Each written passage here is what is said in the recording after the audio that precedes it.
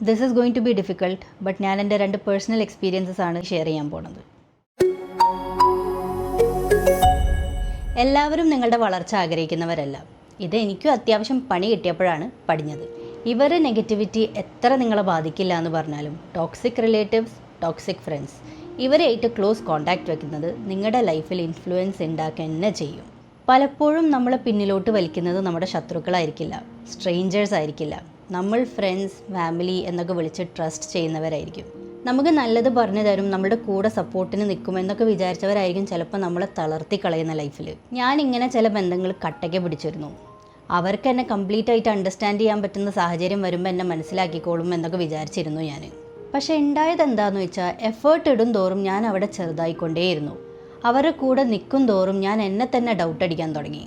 എത്ര ഡാർക്ക്നെസ്സിലാണ് ഞാൻ അവിടെ നിന്നിരുന്നത് എന്നുള്ളത് അതിൽ നിന്ന് പുറത്ത് കടന്നപ്പോഴാണ് എനിക്ക് മനസ്സിലായത്. പലപ്പോഴും ഈ ടോക്സിക് ആൾക്കാരുടെ അബ്യൂസ് പുറത്ത് ക്ലിയർ ആയിട്ട് കാണണം എന്നില്ല. അവർ ചിരിച്ചും ജോക്കടിച്ചും നല്ല വാക്കുകളൊക്കെ ഉപയോഗിച്ച് അവരുടെ കാര്യം സാധിക്കും. നമ്മളുടെ എന്തെങ്കിലും ഒരു ഡ്രീം അവരായിട്ട് ഷെയർ ചെയ്യുമ്പോൾ അവരൊരു പുച്ഛം നിറഞ്ഞ ജോക്ക്, അല്ലെങ്കിൽ നമ്മൾ എന്തെങ്കിലും സീരിയസ് ആയിട്ട് പറഞ്ഞുകൊണ്ടിരിക്കുമ്പോൾ എന്ത് മണ്ടത്തരാണ് എന്നുള്ള രീതിയിലുള്ളൊരു എക്സ്പ്രഷൻ വെച്ചിട്ട് പരസ്പരമുള്ള നോട്ടം, കമൻറ്റ്സ്, ഇതെല്ലാം നമ്മളെ കൺഫ്യൂസ് ആക്കും. നമ്മൾ നമ്മുടെ മനസ്സിൽ അത്രയും വലിയ സ്ഥാനത്താണ് അവരെ കയറ്റി വെച്ചേക്കുന്നത്. അതുകൊണ്ട് അവരിങ്ങനെ റിയാക്ട് ചെയ്യുമ്പോൾ നമുക്ക് നമ്മളെ തന്നെ ഡൗട്ടാവും. നമ്മൾ പോരാ, ഒന്നിനും ആയിട്ടില്ല എന്നൊക്കെ തോന്നും. നമ്മൾ പോലും അറിയാണ്ട് ഇവരെ തൃപ്തിപ്പെടുത്തലായി മാറും നമ്മുടെ ലൈഫ്. അന്ന് ഞാൻ റിയലൈസ് ചെയ്യാണ്ട് പോയത്, ഇങ്ങനത്തെ റിലേഷൻസിൽ നിൽക്കും തോറും നമ്മളുടെ ലൈഫ് നെഗറ്റീവ് ആയിക്കൊണ്ടേയിരിക്കും. നമ്മളത് mentally, spiritually and even socially effect ചെയ്യും. ഇവർ ഓൾറെഡി എൻ്റെ ലൈഫിൽ ഒരു സ്പേസ് എടുത്ത കാരണം നല്ല ആൾക്കാർക്ക് കയറി വരാനുള്ള സ്പേസ് അവിടെ ഇല്ല. ഇവരുടെ സ്നേഹവും റെസ്പെക്റ്റും കിട്ടണയിലായിരുന്നു എൻ്റെ എഫേർട്ട്, കോൺസെൻട്രേഷൻ എല്ലാം. ബട്ട് മൈ ഇന്നർ വോയിസ്, നമ്മൾ ഇൻസ്റ്റിങ്ക്റ്റ് എന്നൊക്കെ പറയുന്ന സാധനം, ഐ ഡിസേർവ് ബെറ്റർ എന്ന് പറഞ്ഞുകൊണ്ടേയിരുന്നു. But I was too busy to listen. ഇതാണ് ഇങ്ങനത്തെ റിലേഷൻഷിപ്സ് ഉണ്ടാക്കുന്ന ഡാമേജ്. നിങ്ങളെ നിങ്ങളിൽ നിന്ന് തന്നെ ഡിസ്കണക്റ്റ് ആക്കി കളയും. അവരുടെ കമൻട്രി കേട്ട് കേട്ട് നിങ്ങൾ എവിടെയാണോ അവിടെ തന്നെ സ്റ്റക്കായിട്ട് നിൽക്കും. This is going to be difficult, but ഞാൻ എൻ്റെ 2 പേഴ്സണൽ എക്സ്പീരിയൻസസ് ആണ് ഇനി ഷെയർ ചെയ്യാൻ പോകുന്നത്. ഞാൻ ഒരുപാട് ട്രസ്റ്റ് ചെയ്തിരുന്ന കുറച്ച് റിലേറ്റീവ്സ് ഉണ്ടായിരുന്നു. ഫുൾ ജോളി വൈബാക്കിയിട്ട് ഇവരൊക്കെ അടിപൊളിയാണ് എന്നൊക്കെ എന്നെ തോന്നിപ്പിച്ചവർ. വളരെ ടാക്റ്റിക്കലി അവരെൻ്റെ പാരൻസിനെതിരെ എൻ്റെ ചെവി തിന്നുമായിരുന്നു. എന്താണ് അപ്പോൾ നടക്കുന്നത് എന്ന് എനിക്ക് പോലും മനസ്സിലാവലുണ്ടായിരുന്നില്ല. അവരവരുടെ വിഷമങ്ങളാണ് പറയണത്, എൻ്റെ നല്ലതിന് വേണ്ടിയാണ് പറയണത് എന്നൊക്കെയാണ് എന്നെ തോന്നിപ്പിച്ചിരുന്നത്. പിന്നെ അവരുടെ കണ്ണിലൂടെയാണ് ഞാൻ എൻ്റെ പാരൻസിനെ കാണാൻ തുടങ്ങിയത്. ഫോർ ഇയേഴ്സ് അതെൻ്റെ പാരൻസിനെ ആയിട്ടുള്ള റിലേഷൻഷിപ്പിനെ ബാധിച്ചു. I was distant from them. ഞാൻ മെച്യൂർ ആവാണ്, ഇൻഡിപെൻഡൻ്റ് ആവാണ് എന്നൊക്കെയാണ് ഞാൻ വിചാരിച്ചത്. But actually I was just being manipulated. ഇപ്പോൾ ബാക്കിലേക്ക് നോക്കുമ്പോൾ ഐ ക്യാൻ ക്ലിയർലി സീ അവരെന്നെ സ്നേഹിക്കാനോ അല്ലെങ്കിൽ പ്രൊട്ടക്റ്റ് ആക്കാനോ ഒന്നുമല്ല നോക്കിയത്. ഞങ്ങളുടെ ഫാമിലിയുടെ ഇടയിൽ കുത്തിത്തിരിപ്പ് ഉണ്ടാക്കി they were just having fun. And sadly അവരതിൽ ഒരു പരിധി വരെ വിജയിക്കുകയും ചെയ്തു. ഇവരുടെ അടുത്തുനിന്ന് ഒരു ഡിസ്റ്റൻസ് വന്നപ്പോഴാണ് എനിക്ക് വെളിവുണ്ടായത്.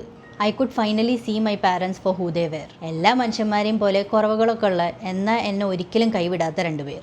That was about toxic relatives. ഇനി ഫ്രണ്ട്ഷിപ്പിൻ്റെ കേസ്. യെസ്, എനിക്ക് അവിടെയും പണി കിട്ടിയിട്ടുണ്ട്. എനിക്കൊരു ക്ലോസ് ഫ്രണ്ട് ഉണ്ടായിരുന്നു. അവൾ ചെയ്തൊരു മണ്ടത്തരത്തിൻ്റെ പേരിൽ ഞങ്ങൾ തമ്മിലൊന്ന് തെറ്റി. പക്ഷെ അത് ശരിയാക്കണം എന്നെൻ്റെ മനസ്സിൽ എപ്പോഴും ഉണ്ടായിരുന്നു. അതുകൊണ്ട് I contacted her again and I forgave her. I was ready to give her another chance. But അവളിൽ നിന്ന് തന്നെയാണ് ഞാൻ അറിഞ്ഞത്, മറ്റുള്ളവർ ഞങ്ങൾ തെറ്റിക്കുന്ന സമയത്ത് എന്തിനാ നിങ്ങൾ തെറ്റിയെന്ന് അവളോട് ചോദിക്കുമ്പോൾ അവൾ പറഞ്ഞിരുന്നത് അത് ആബിദാക്ക് എന്തോ മെൻ്റൽ പ്രശ്നമുള്ള കാരണമാണ് എന്നാണ്. എന്തിനാ നീ അങ്ങനെ പറയാൻ പോയത് എന്ന് ചോദിച്ചപ്പോൾ അല്ലാണ്ട് ഇപ്പം എനിക്ക് സത്യം പറയാൻ പറ്റുമോ എന്നും പറഞ്ഞ് അവളത് ചിരിച്ചു തള്ളി. ഒരു കുറ്റബോധം പോലും ആ മുഖത്തുണ്ടായിരുന്നില്ല. അവളുടെ മിസ്റ്റേക്സ് പുറത്ത് വരാണ്ടിരിക്കാൻ എന്നെക്കൊണ്ട് ഗോഡ് പ്രോമിസ് ഇടിയിച്ചിട്ട് എന്നെ എല്ലാവരുടെയും മുന്നിൽ മെൻ്റലി അൺസ്റ്റേബിൾ ആക്കി. It was A very painful moment. കാരണം ഞാൻ ഡിപ്രഷനിലൂടെ പോകുമ്പോഴും തെറാപ്പിക്ക് പോകുമ്പോഴൊക്കെ എൻ്റെ എല്ലാ കാര്യങ്ങളും ഞാൻ അവളോടാണ് ഷെയർ ആക്കിയത്. അതിങ്ങനൊരു രീതിയിൽ എനിക്കെതിരെ യൂസ് ചെയ്തപ്പോൾ it was really hurtful. But again എനിക്ക് വെളിവ് വീണ്ടും വന്നൊരു മൊമെൻ്റ് ആയിരുന്നു അത്. അവളെ തിരിച്ച് വിളിച്ചൊരു ചാൻസ് കൊടുക്കാൻ തോന്നിയത് അവളുടെ യഥാർത്ഥ മുഖം എനിക്ക് കാണാൻ വേണ്ടിയിട്ടായിരിക്കും. ആ റിലേഷൻഷിപ്പ് അന്നത്തോടെ നിന്നു. നല്ലതിന് ഇനിയും ചാൻസ് കൊടുക്കാനുള്ള പൂതി അങ്ങ് മാറിക്കിട്ടി. റിലേറ്റീവ് അല്ലേ, ഫ്രണ്ട് അല്ലേ എന്നൊക്കെ വിചാരിച്ച് ഇങ്ങനത്തെ ആൾക്കാരെ വെച്ചുകൊണ്ടിരുന്ന് എനിക്ക് മതിയായി. Finally I made that decision. ഇങ്ങനത്തെ ആൾക്കാരിൽ നിന്ന് ഡിസ്റ്റൻസ് വയ്ക്കാൻ തുടങ്ങി. ബന്ധം കംപ്ലീറ്റ് ഒഴിവാക്കാൻ പറ്റുന്നിടത്ത് അത് ചെയ്തു.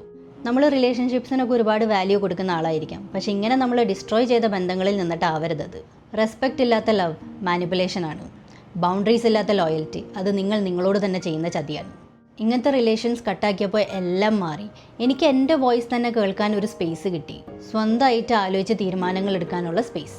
നല്ല ആൾക്കാരെ ഞാൻ എൻ്റെ ലൈഫിലേക്ക് അട്രാക്ട് ചെയ്യാൻ തുടങ്ങി. I made good friends, those who motivated me and supported me sincerely. എൻ്റെ ഫാമിലീനെ ആയിട്ടുള്ള റിലേഷൻഷിപ്പ് നന്നായി. ആൻഡ് അബവ് ഓൾ എനിക്ക് എന്നോട് തന്നെ സ്നേഹവും വിശ്വാസമൊക്കെ വന്നു തുടങ്ങി. അങ്ങനത്തെ ഒരു സ്പേസാണ് നിങ്ങൾക്ക് ലൈഫിൽ ഇമ്പ്രൂവ് ആവാനും വളരാനും ഒക്കെ വേണ്ടത്. ഇതെല്ലാം കേട്ടിട്ട് നിങ്ങളുടെ മനസ്സിൽ ആരുടെയെങ്കിലും മുഖം തെളിഞ്ഞു വന്നിട്ടുണ്ടെങ്കിൽ അവരിൽ നിന്നും ഡിസ്റ്റൻസ് ആവാൻ ഇതിലും വലിയ സൈനില്ല. അവരെ വെറുക്കണം എന്നോ വലിയ സീൻ ക്രിയേറ്റ് ചെയ്യണമെന്നോ ഒന്നുമില്ല. Just leave. നിങ്ങളെ സിൻസിയറായിട്ട് സ്നേഹിക്കുന്നവർ നിങ്ങളെ മാനിപ്പുലേറ്റ് ആക്കില്ല. നിങ്ങളുടെ സന്തോഷത്തിൽ അവർ അൺകംഫർട്ടബിൾ ആവില്ല. അങ്ങനെയൊക്കെ ഉള്ളവരെ സ്നേഹത്തോടെ let go. Forgiveness doesn't mean access and closure doesn't require conversation. ചില ഏരിയാസിൽ the most powerful thing you can do is to walk away. And അങ്ങനെ ചെയ്ത് കഴിയുമ്പോൾ നിങ്ങൾക്ക് തന്നെ കാണാം നിങ്ങൾ എത്ര ഇരുട്ടിലാണ് നിന്നിരുന്നത് എന്നുള്ളത്. പിന്നെ അങ്ങോട്ട് തിരിച്ചു പോകാൻ തോന്നില്ല. ഞാൻ എൻ്റെ എക്സ്പീരിയൻസസ് ഇവിടെ ഷെയർ ചെയ്തത് അത് യുണീക്ക് ആയതുകൊണ്ടോ എവിടെയും കേൾക്കാത്ത കഥ ആയതുകൊണ്ടോ ഒന്നുമല്ല. അത്രയും നമ്മുടെ ഇടയിൽ കോമൺ ആയിട്ട് നടക്കുന്ന കാര്യങ്ങളായതുകൊണ്ടാണ്. ഇങ്ങനത്തെ ബുദ്ധിമുട്ടൊക്കെ ഫേസ് ചെയ്യുന്നവരെ ഹെൽപ്പാക്കാനാണ് ഞാനൊരു സെൽഫ് ലവ് കോച്ചായത്. നിങ്ങൾ ഒറ്റയ്ക്കല്ല, ഇതിൽ നിന്ന് പുറത്തേക്ക് വഴിയുണ്ട് എന്ന് കാണിക്കാൻ. So get in touch if you need help. And താഴെ കമൻറ്റ് ബോക്സിൽ നിങ്ങളുടെ ഒപ്പീനിയൻസും കമൻസും ഒക്കെ ഷെയർ ചെയ്യുക. It will help me to create good content. So as always, let's learn to live and not just survive. Take care guys.